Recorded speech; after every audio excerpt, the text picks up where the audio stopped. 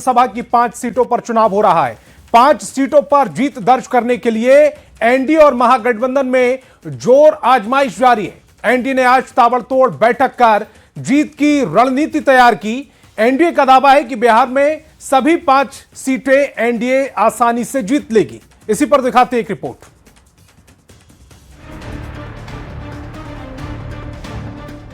राज्यसभा की 5 सीट पर जीत के लिए एनडीए पूरी तरह से तैयार है। एनडीए ने जीत की रणनीति तैयार कर ली है।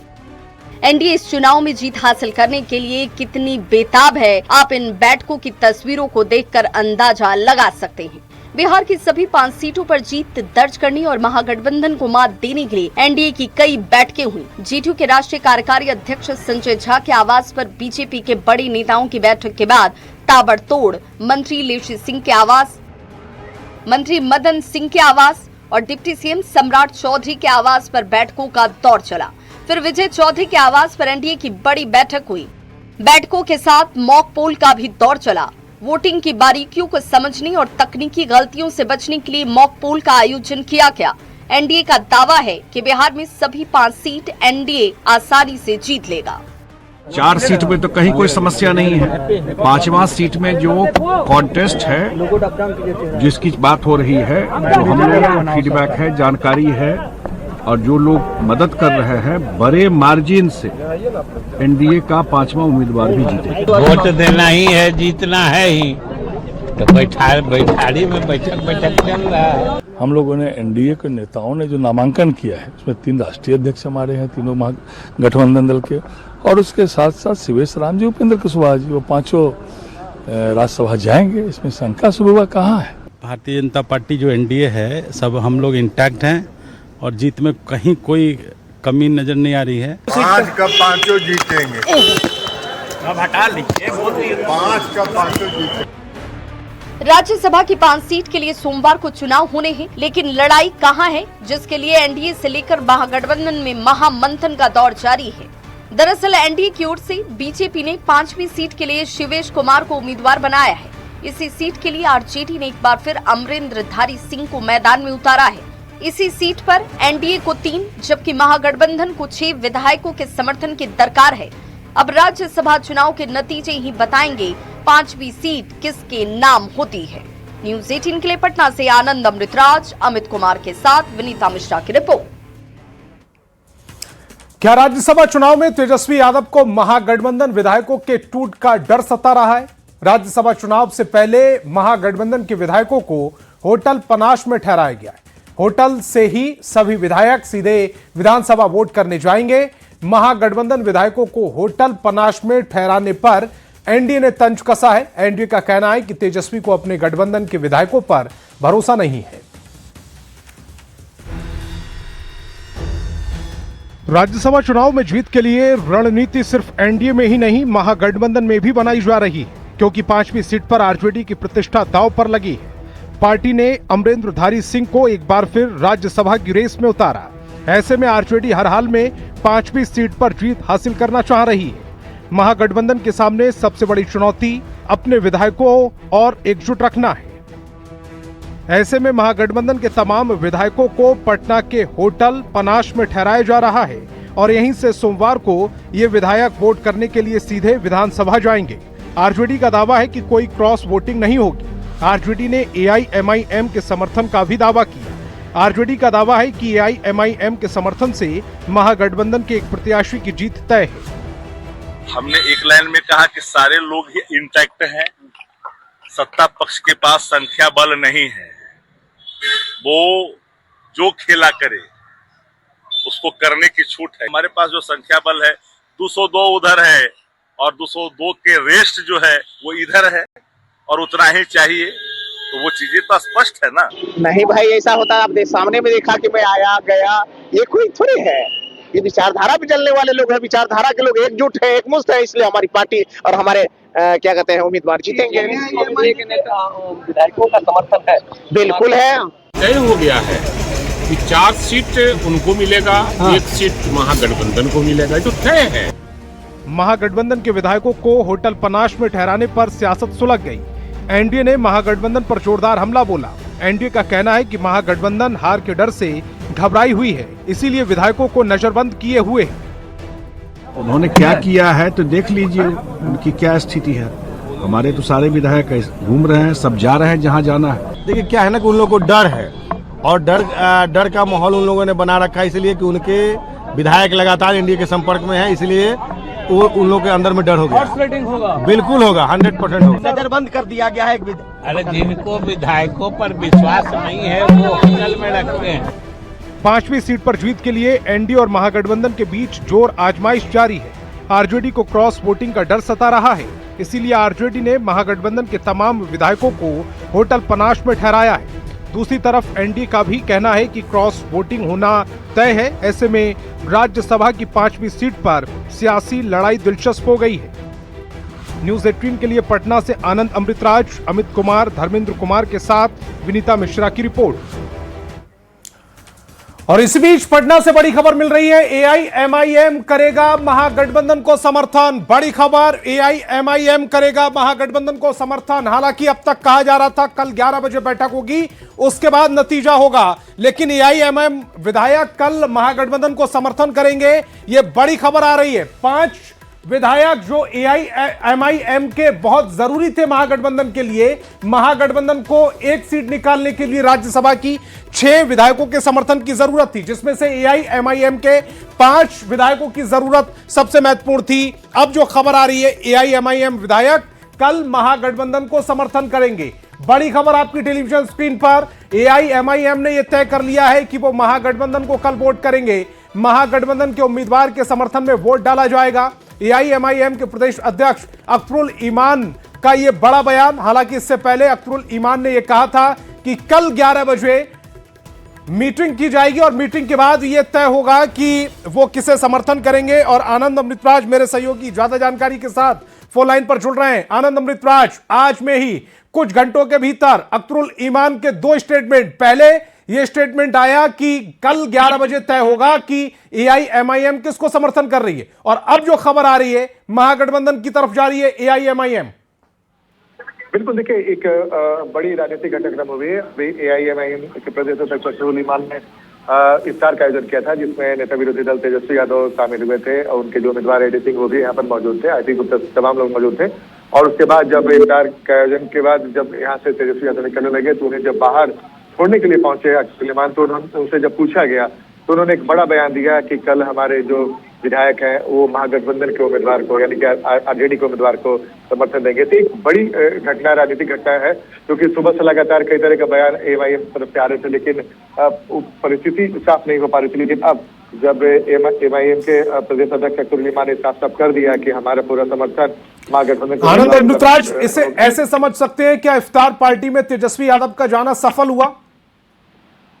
बिल्कुल बिल्कुल, देखिए राजनीति में कई बार घटना ऐसी होती है कि जब नजदीकियां आपके बढ़ती है, जब किसी पार्टी या नेता से, तो उसके बाद जब आप उनके नजदीक जाते हैं तो कई सारी तस्वीरें साफ होती है। और बिल्कुल आपने सही कहा, तेजस्वी यादव नेता विरोधी दल है, वो जब अख्तरुल ईमान के आवास पे पहुंचे, सरकारी आवास पे, जहाँ पे इफ्तार का आयोजन किया था, और लगभग आधे घंटे से ज्यादा वहाँ पे उन्होंने वक्त गुजारा। और उसके बाद जब अख्तरुल ईमान जब उन्होंने भरोसा दिलाया, पहले तेजस्वी यादव से ये पूछा गया था कि आपको क्या उम्मीद है, तो तेजस्वी यादव ने भी बहुत महत्वपूर्ण बात कही थी। उन्होंने कहा था कि मुझे पूरा उम्मीद है कि एआईएमआईएम के विधायक मुझे सपोर्ट करेंगे, हम लोग के पक्ष में सपोर्ट करेंगे और जिस हमारे उम्मीदवार को होगा। उसके बाद जब अख्तरुल ईमान से ये सवाल पूछा गया तो उन्होंने बिल्कुल तेजस्वी यादव के बात में मुहर लगाते हुए साफ किया कि हमारे जो उम्मीदवार है, जो बीजेपी जेडीयू के, माफ कीजिएगा, एआईएमआईएम के 5 जो विधायक है, उनका पूरा सपोर्ट महागठबंधन के उम्मीदवार को मिलेगा। तो जाहिर तौर पर ये बेहद महत्वपूर्ण है। बिहार के सियासत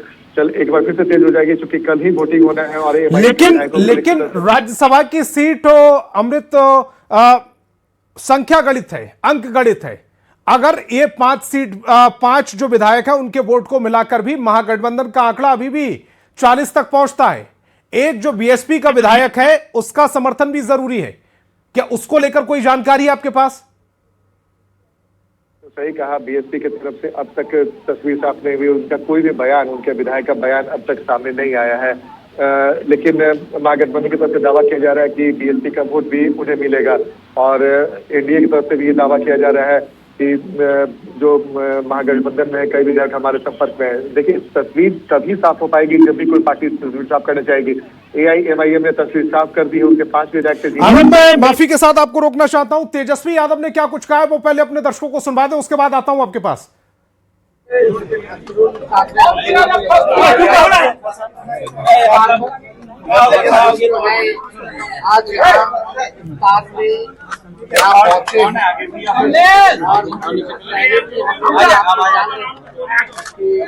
सही जगह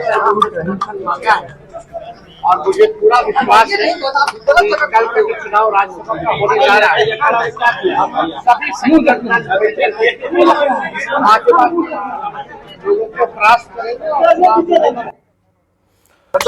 आनंद, चूंकि शोर बहुत ज्यादा था, स्पष्ट तो सुनाई नहीं दिया, लेकिन लबोलुआब ये था कि कल जो 5वीं सीट के लिए लड़ाई चल रही है उसमें महागठबंधन अब खुलकर जीत का दावा कर रहा है।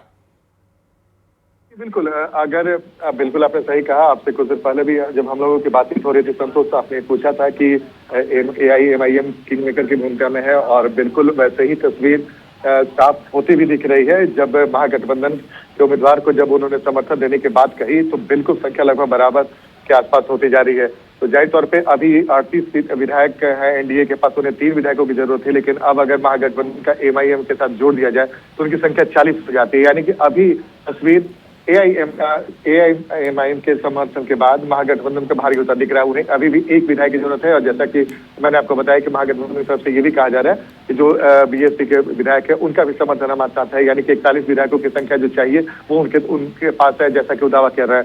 दूसरी तरफ एनडीए की तरफ आनंद, ये दावा एनडीए की ओर से भी किया जा रहा है कि आरजेडी के, खासकर उनका निशाना आरजेडी है, आरजेडी के कई विधायक उनके संपर्क में है। अब चूंकि सियासत में कई बार बॉडी लैंग्वेज बहुत कुछ कहती है। एक तरफ अब चूंकि AIMIM से मिलने के समर्थन मिलने की जो खबर आई है, उसके बाद तेजस्वी यादव की बॉडी लैंग्वेज, और जब आप कवर कर रहे थे एनडीए की बैठक चल रही थी उस समय एनडीए नेताओं की बॉडी लैंग्वेज, कौन सी ज्यादा सकारात्मक नजर आ रही है?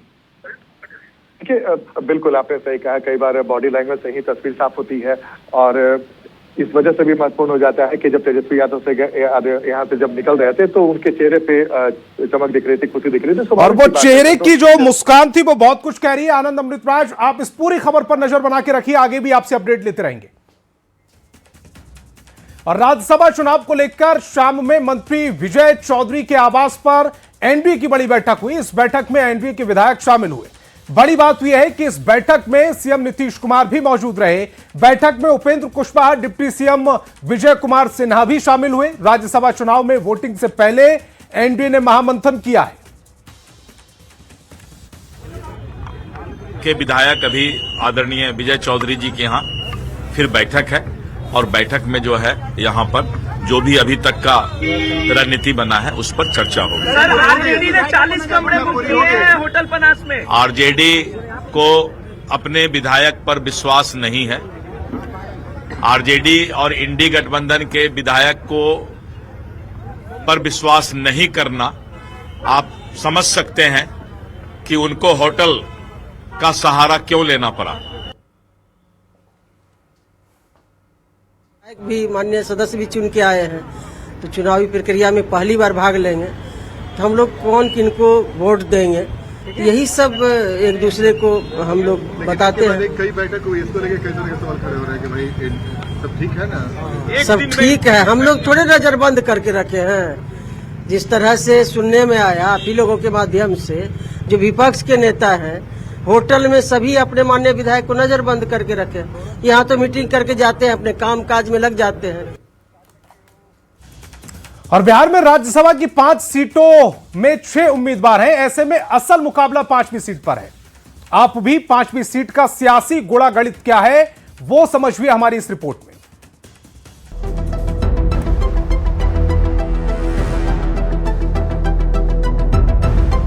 सोमवार को बिहार में राज्यसभा की 5 सीट पर चुनाव होने हैं। इस रेस में 6 उम्मीदवार हैं। ऐसे में 5वीं सीट दोनों ही गठबंधन के लिए नाक की लड़ाई बन गई है। इस रण को जीतना आसान नहीं है। अब जरा राज्यसभा चुनाव के सियासी समीकरण को समझिए, जिसको साधने के लिए एनडीए से लेकर महागठबंधन में सियासी कसरत चल रही है।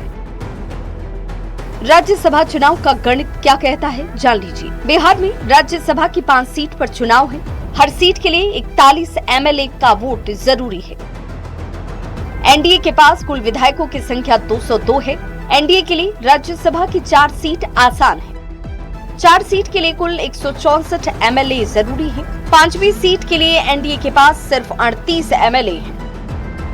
5वीं सीट के लिए एनडीए के पास 3 MLA कम है। इसी 5वीं सीट के लिए बिहार में घमासान है। AIMIM के 5, BSP के 1 MLA अहम बन गए हैं। IIP विधायक बन सकते हैं किंग मेकर। बिहार में असल मुकाबला इसी 5वीं सीट पर है। बिहार में जेडीयू से सीएम नीतीश कुमार और रामनाथ ठाकुर राज्यसभा उम्मीदवार हैं। बीजेपी से नितिन नवीन और शिवेश राम राज्यसभा उम्मीदवार हैं, जबकि आरएलएम से उपेंद्र कुशवाहा प्रत्याशी हैं। वहीं आरजेडी से अमरेंद्र धारी सिंह किस्मत आजमा रहे हैं। बिहार विधानसभा में एनडीए की 202 सीट है। बीजेपी के 89 विधायक, जीटीयू के 85 विधायक, एलजेपी-आरवी के 19 विधायक, हम के 5 और आरएलएम से 4 विधायक हैं। वहीं विधानसभा में महागठबंधन के 35 विधायक हैं, आरजेडी के 25, कांग्रेस के 6, सीपीआई-एमएल के 2, सीपीएम के 2 और आईआईपी से 1 विधायक। अन्य की बात करें तो एआईएमआईएम के 5 विधायक और बीएसपी के 1 विधायक हैं। अन्य के जो 6 विधायक हैं, यही राज्यसभा की 5वीं सीट पर किंग मेकर की भूमिका निभाने वाले हैं। Bureau report, news 18। और राज्यसभा चुनाव में वोटिंग करने को लेकर बीजेपी विधायक मैथिली ठाकुर बेहद उत्साहित हैं और उन्होंने दावा किया कि जीत एनडीए उम्मीदवार की होगी। साथ ही उन्होंने बताया कि वोटिंग कैसे होती है, इसकी ट्रेनिंग मिल चुकी है और बहुत ही ज्यादा जिम्मेदारी के साथ हम लोग इस बार वोट करने वाले हैं। अच्छा क्या कुछ अंदर बताया? 3 वोटों की कमी है, लगता है कि कल नंबर्स कंप्लीट हो जाएंगे। देखिए, हमको तो वोट करना है। अब देखते आगे तो आपको बहुत सारे बड़े बड़े नेता हैं जो आकर के आपको बताएंगे उनकी सूझबूझ से। जो टेक्निकल बातें थी समझ गए? हाँ, टेक्निकल बातें, इसीलिए हम लोग को बार बार बिठाया जा रहा है, स्पेशली जो नए वाले विधायक हैं। अब कहीं कोई दिक्कत नहीं है आप लोग? नहीं। राज्यसभा चुनावों में क्रॉस वोटिंग की चर्चा तेज है। राज्यसभा चुनाव में विहिप का पालन करना एक अहम मुद्दा है, क्योंकि ये राजनीतिक अनुशासन दिखाता है। अगर कोई विधायक गठबंधन के खिलाफ वोट करता है तो उस पर पार्टी क्या कार्रवाई करती है, इस बारे में जेडीयू विधायक नरेंद्र नारायण यादव से न्यूज़ 18 संवाददाता आनंद अमृतराज ने खास बातचीत की। मौजूद हैं बिहार विधानसभा के वरिष्ठ विधायक और विधानसभा के उपाध्यक्ष भी रह चुके नरेंद्र नारायण यादव। सर, काफी चर्चा हो रही है सर कि राज्यसभा चुनाव में व्हिप जारी होता है, नहीं होता है, अगर व्हिप जारी होता है तो क्या होता है? सर, इसमें क्या कुछ होता है, जरा ये प्रक्रिया बताइए। देखिए, मैं इस बारे में कंफर्म नहीं कर सकता हूं, लेकिन जो पार्टी के सचेतक या मुख्य सचेतक होते हैं वो अपने सदस्यों को डायरेक्शन देते हैं, आप मतदान करें, और मतदान में जो पार्टी कैंडिडेट मनोनीत करते हैं उसको वोट करें। अच्छा, मान लीजिए कोई भी विधायक अपने दल को छोड़ के, अपने गठबंधन छोड़ के दूसरे गठबंधन के उम्मीदवार को वोट देता है, तो उसकी सदस्य भी कुछ ऐसी कुछ होती है क्या? देखिए, जो आदमी अपने दल की नीति का विरोध करता है उसकी जांच होती है, उस पर कार्रवाई होती है। तो ये थे हमारे साथ विधानसभा के वरिष्ठ विधायक नरेंद्र नारायण यादव। कैमरामैन सुबोध के साथ आनंद अमृतराज, न्यूज़ 18 नेटवर्क, पटना। मोतिहारी में प्रेमी से शादी की जिद में एक लड़की बिजली के ऊंचे टावर पर चढ़ गई और हंगामा करने लगी। हालांकि इस तरह जान जोखिम में डालना बेहद खतरनाक होता है। ये जो तस्वीर पीछे आप देख पा रहे हैं, ये जो प्रेमिका है, प्रेमी से शादी नहीं हुई तो टावर पर चढ़ गई। पूरी खबर एक रिपोर्ट की जरिए।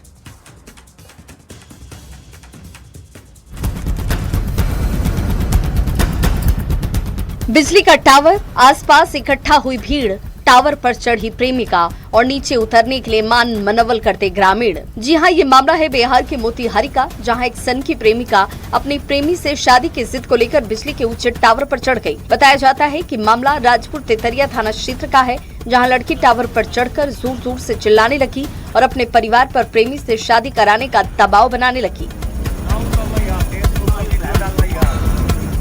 जरा सी चूक और जान जाना तय, लेकिन लड़की का हंगामा चलता रहा। हाई वोल्टेज ड्रामे को देखकर आसपास के लोग इकट्ठा हो गए। किसी ने इस पूरे घटनाक्रम का वीडियो बनाया। देखते ही देखते मामला इलाके में चर्चा का विषय बन गया। घटना की सूचना मिलते स्थानीय पुलिस मौके पर पहुंची और लड़की को समझाने की कोशिश करने लगी। परिवार के लोग भी उसे नीचे उतरने के लिए मनाते रहे, लेकिन काफी देर तक वो टावर से नीचे आने को तैयार ही नहीं हुई। हालांकि इस तरह अपनी बात मनवाने के लिए जान जोखिम में डालना बिल्कुल सही तरीका नहीं है। बिजली के टावर पर चढ़ना बेहद खतरनाक होता है और इससे किसी भी समय बड़ा हादसा हो सकता है। ऐसे मामलों में समझदारी और बातचीत ही सही रास्ता है, क्योंकि जिद और जोखिम भरा कदम न सिर्फ खुद की बल्कि दूसरों की जिंदगी को भी खतरे में डाल सकता है। न्यूज़ 18 के लिए मोतिहारी आशुतोष कुमार की रिपोर्ट।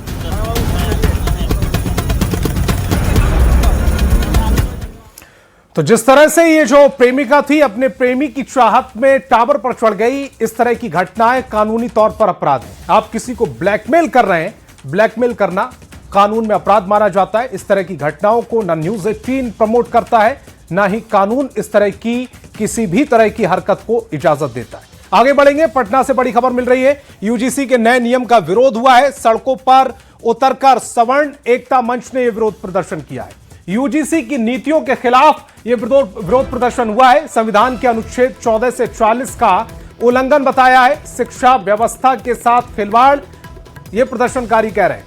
पटना से बड़ी खबर है। यूजीसी के नए नियमों का यह विरोध, सड़कों पर सवर्ण एकता मंच उतरा है। यूजीसी की नीतियों का विरोध किया है। संविधान के अनुच्छेद 14 से 30 का उल्लंघन इससे बता रहा है। शिक्षा व्यवस्था के साथ खिलवाड़ नहीं होगा, यह भी प्रदर्शनकारियों ने कहा है। तस्वीरें आपकी टेलीविजन स्क्रीन पर। आक्रोश, शांतिपूर्ण मार्च और यूजीसी के विरोध में जो विरोध है उसकी तस्वीरें समय आपकी टेलीविजन स्क्रीन पर।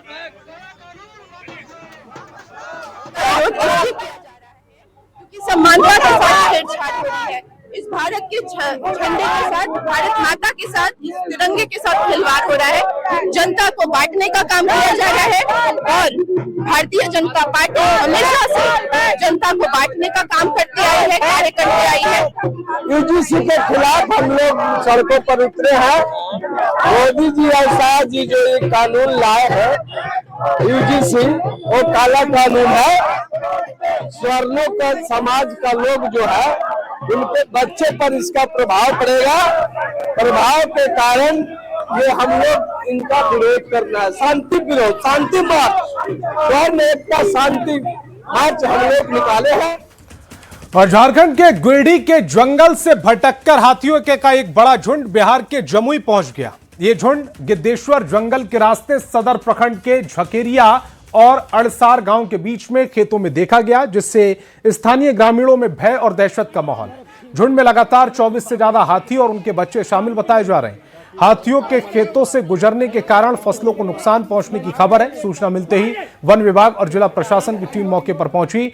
अधिकारियों का कहना है कि रात होते ही हाथियों को जंगल के रास्ते वापस गिरिडीह की ओर भेजने की कोशिश की जाएगी। दो तस्वीरें आपकी टेलीविजन स्क्रीन पर। पहली तस्वीर, ये 28 से 30 हाथियों का झुंड इस समय खेतों में चलता हुआ नजर आ रहा है।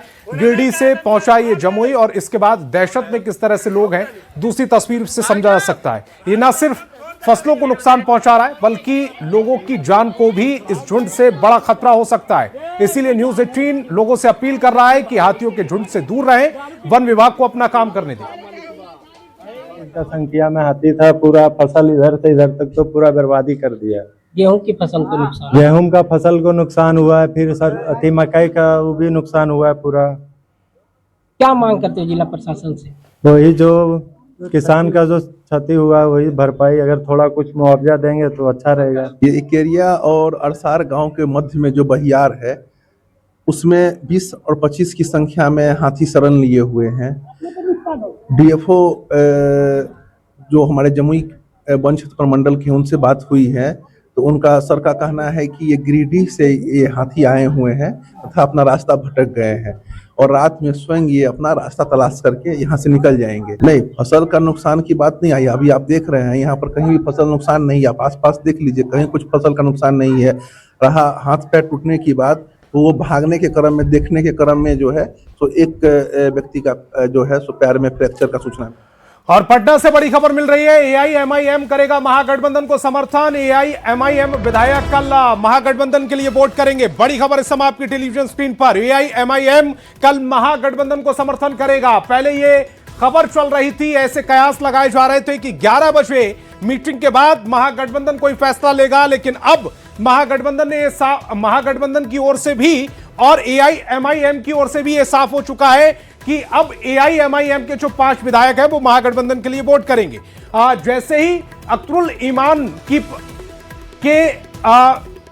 इफ्तार पार्टी में जैसे ही तेजस्वी यादव पहुंचे, उसके बाद से यह स्पष्ट कर दिया गया एआईएमआईएम की तरफ से कि वो महागठबंधन को समर्थन करने वाले हैं। अख्तरुल ईमान ने क्या कुछ कहा है वो सबसे पहले आपको सुनवाते हैं।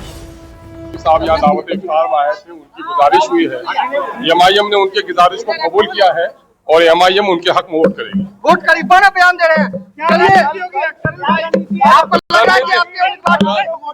रणनीति एक ही है, राज्यसभा के इलेक्शन में कोई बड़ी रणनीति का मामला नहीं है, एमएलए को वोट देने हैं। तो हमारे 5 एमएलए जो है राजद के उम्मीदवार एडी सिंह साहब के हक में फैसला कर चुके। सारे सेकुलर फोर्सेस एक साथ हैं और ये देश को विभाजन से बचाने का इलेक्शन है और हम लोग सब मजबूती से बिहार को भी आगे बढ़ाने का कोशिश करेंगे तेजस्वी जी के नेतृत्व में और हम लोग मेहनत करके, और हमें ये जीतने का पूरा उम्मीद है क्योंकि हमारे पास 41 नंबर के विधायक हैं। सर बीएसपी का भी समर्थन मिल गया आप लोगों को? जी, सबका समर्थन है। ठीक है, थैंक यू।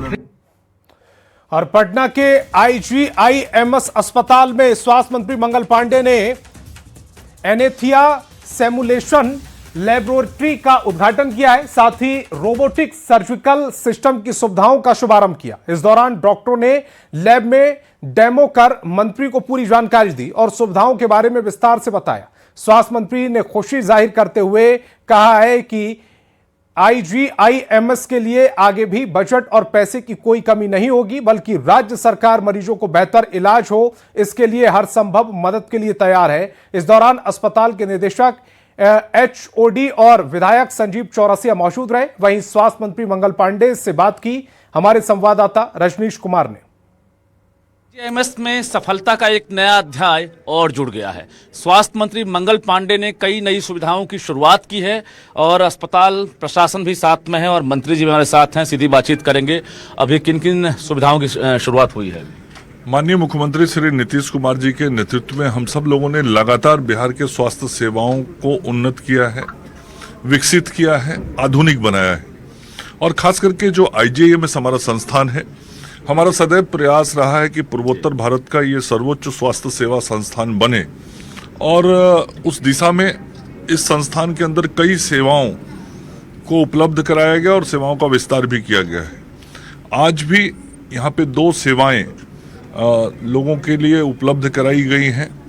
एक एनेस्थेसिया सिमुलेशन लेबोरेटरी बना है जो 12 करोड़ रुपए की लागत से बना है और इस लेबोरेटरी के अंदर जो हमारे चिकित्सक होंगे उनको ट्रेनिंग दी जाएगी और उसके कारण जो ऑपरेशन होते हैं, तो मरीजों के जो ऑपरेशन होते हैं उन ऑपरेशन में आने वाली जटिलताओं के संदर्भ में उनको बेहतर ट्रेनिंग यहाँ मिलेगी और वो अच्छे तरीके से जाके मरीजों के ऊपर परफॉर्म करेंगे, मरीजों को बेहतर सुविधाएं मिलेंगी। और जो बड़ा काम हुआ है वो काम हुआ है रोबोटिक सर्जिकल सिस्टम शुरू हुआ है। पूरे पूर्वोत्तर भारत के किसी भी सरकारी अस्पताल में यह दी जाने वाली पहली सुविधा है।